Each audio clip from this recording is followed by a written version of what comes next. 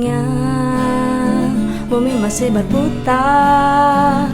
Untungnya ku tak pilih menyerah. Untungnya ku bisa rasa hal-hal baik yang datangnya belakangan. Ada waktu hal buruk datang berturut-turut. Semua yang tinggal juga yang hilang. Seberapapun hancurnya pasti ada makna.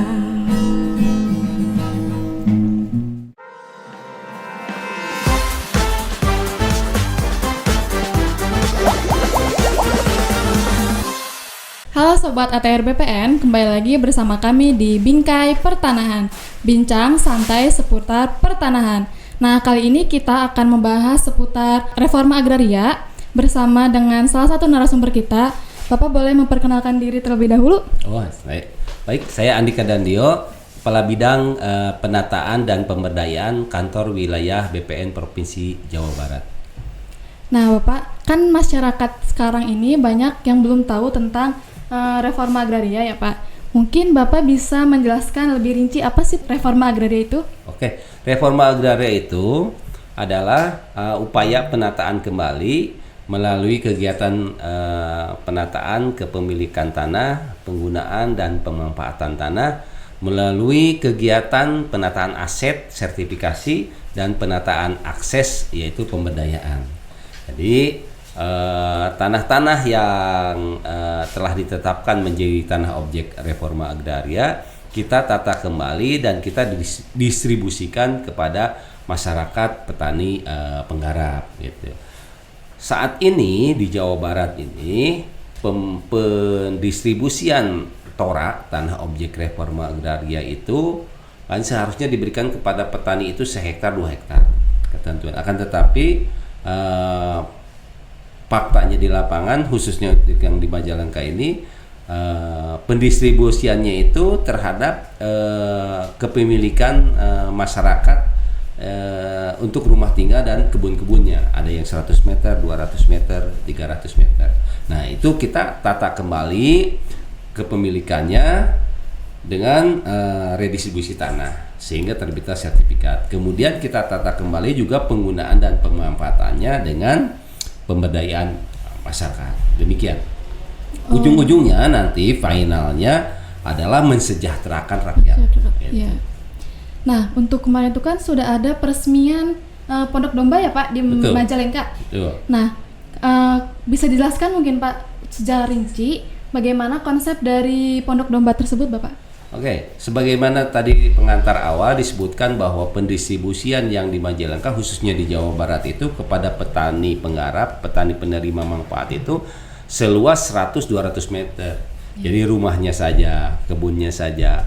Nah, kalau kita berikan penataan akses saja 100 meter, 200 meter hanya rumahnya saja, masyarakat itu tidak punya kesempatan untuk mengembangkan aksesnya. Nah, jangan sampai kita berikan sertifikat, kita berikan tanah kemudian disertifikasi, tanahnya dijual lagi. Nah, sehingga masyarakat yang menjadi peserta redis itu miskin kembali. Nah, kebanyakan tahun-tahun sebelumnya demikian. Walaupun sudah ditulis di dalam sertifikat tidak dapat dialihkan, akan tetapi kebutuhan masyarakat itu kan tidak terbatas. Nah, kami melakukan social mapping ke masyarakat. Apa sih yang diinginkan oleh masyarakat? Akan tetapi secara singkat, masyarakat di Majalengka itu kearifan lokalnya banyak yang mengembala domba, banyak yang mengembala sapi, banyak yang berternak ayam atau bebek. Di dalam lahan pertanian itu hanya sebagian kecil. Nah, sebagian besar itu dia tidak bekerja. Nah, konsep pondok domba itu kita berikan kepada mereka masyarakat yang tidak punya lahan pekerjaan. Satu, tidak punya lahan kerjaan, kemudian tidak punya akses pertanian, yang tanahnya hanya 100 meter. Nah, agar dia tidak menjual tanahnya kembali, maka dibuatkanlah dia menjadi satu kelompok.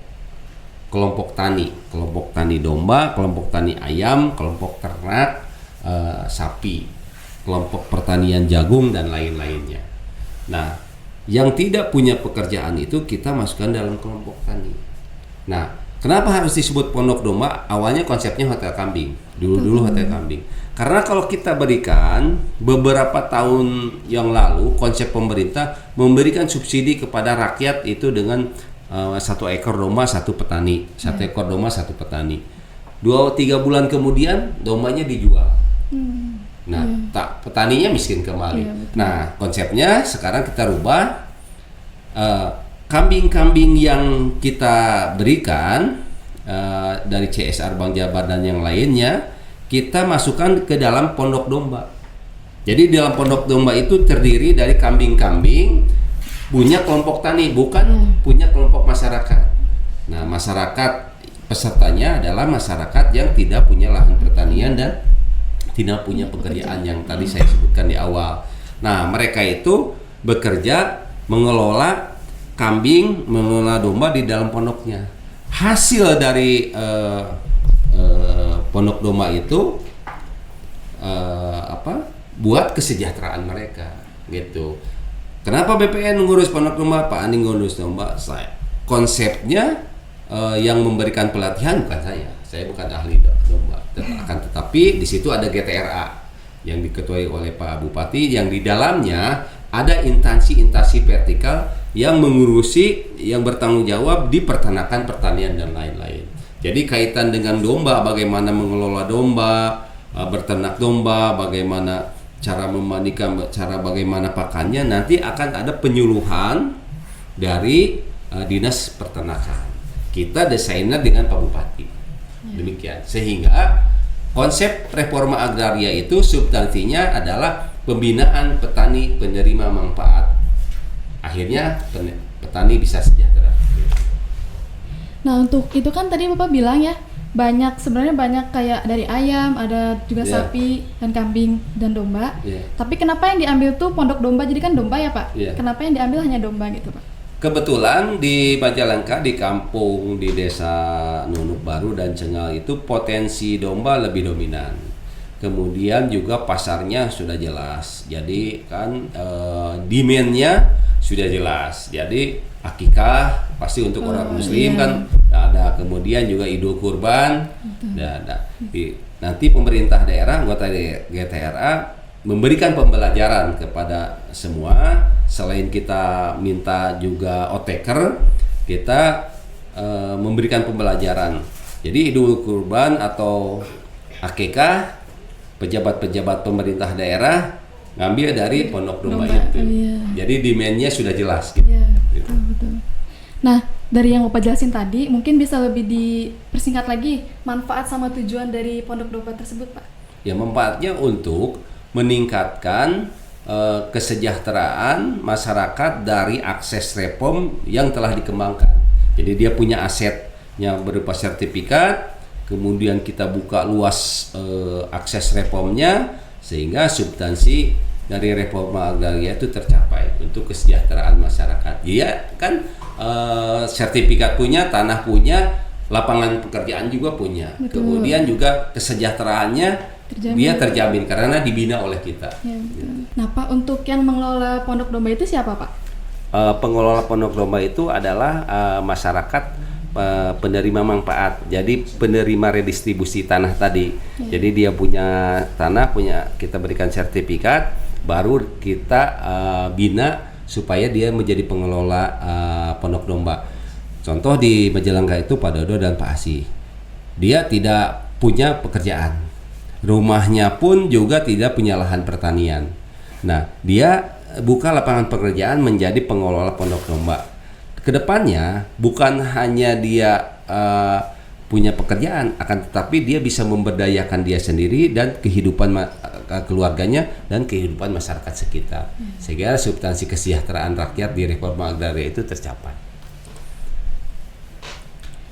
Nah, mungkin sekian untuk episode kali ini. Sampai berjumpa di episode selanjutnya di Bingkai Pertanahan, bincang santai seputar pertanahan.